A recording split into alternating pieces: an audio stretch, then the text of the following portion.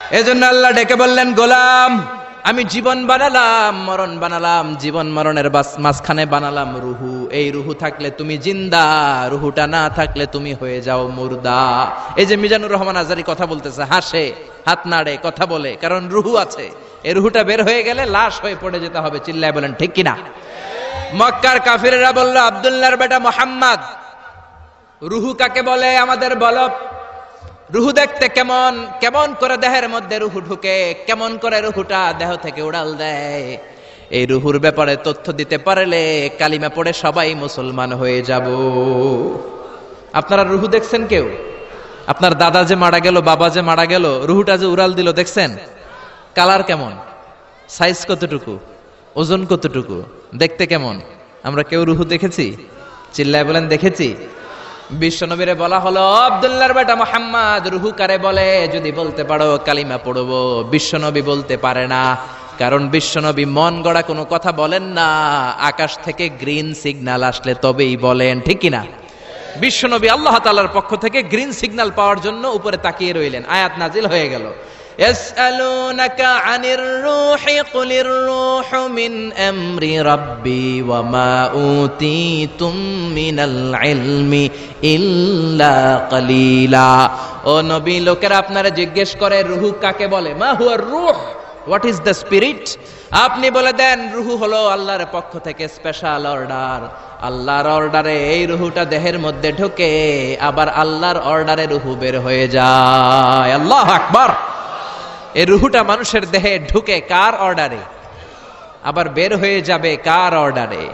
পৃথিবীর যত বিজ্ঞানীরা আছে সবাই মিলেও কি একটা রূহু বানাতে পারবে? জোরে বলেন না, রূহু বানাতে পারবে? আল্লাহ চ্যালেঞ্জ করে বললেন, ওমা উতীতুম মিনাল ইলমি ইল্লা কালিলা।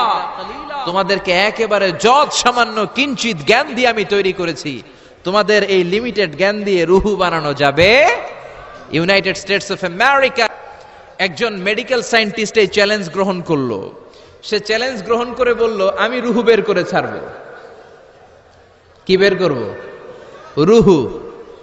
আমেরিকার ওই মেডিকেল সায়েন্টিস্ট সে চ্যালেঞ্জ করে বলল, আমি রুহু বানাবো। কি বানাবো? উত্তর দিতে হবে কিন্তু, কি বানাবো? রুহু বানাবো। কেমন করে রুহু বের হয় এটা আবিষ্কার করে আমি নোবেল প্রাইজ জিতবো, নোবেল লরেট হব।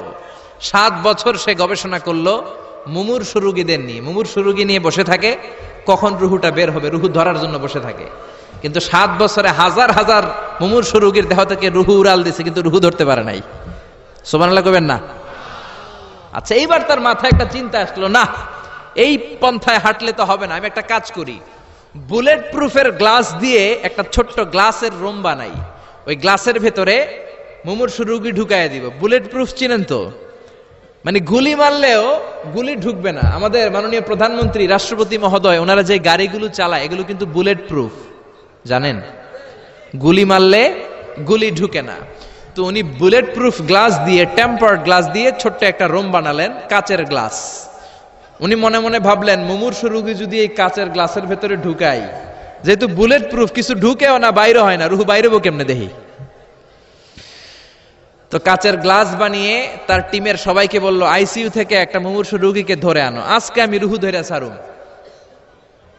তো মুমূর্ষু রোগীকে আনা হয়েছে ইন্টেনসিভ কেয়ার ইউনিট থেকে, তাকে কৃত্রিম অক্সিজেন দিয়ে লাইফ সাপোর্টে রাখা হয়েছে। মেডিকেল টিমের প্রধান বলে, এই লোকটারে এই বুলেট প্রুফ গ্লাসের যে ছোট্ট রুম, এটার ভিতরে ঢুকানোর আগে চেক হিজ বিপি, তার বিপি মাপ, ব্লাড প্রেশার মাপ। তো মেপে দেখে ঠিক আছে। ওজন মাপ, বলে ওজন মাপা হলো, ওজন হচ্ছে 80 কেজি, 80 কিলোগ্রাম। কত কেজি? 80। সবাই বলেন কত কেজি? 80 কেজি। এবার মেডিকেল টিমের প্রধান বলে, মুমূর্ষু রোগীটার ভিতরে ঢুকিয়ে দে। ঢুকানো হলো। এবার সে বলল, লাইফ সাপোর্ট খুলে ফেল। সবাই বলে, স্যার লাইফ সাপোর্ট খুলে ফেললে তো মরে যাবে। মেডিকেল টিমের প্রধানকে মারার জন্যই তো আনছি, এটার না মারলে আমি রুহু পামু কেমনে? এটা রুহুটা তো বের করতে হবে দেহ থেকে। তো যেই কথা সেই কাজ, ঢুকানো হলো, লাইফ সাপোর্ট খুলে ফেলা হলো।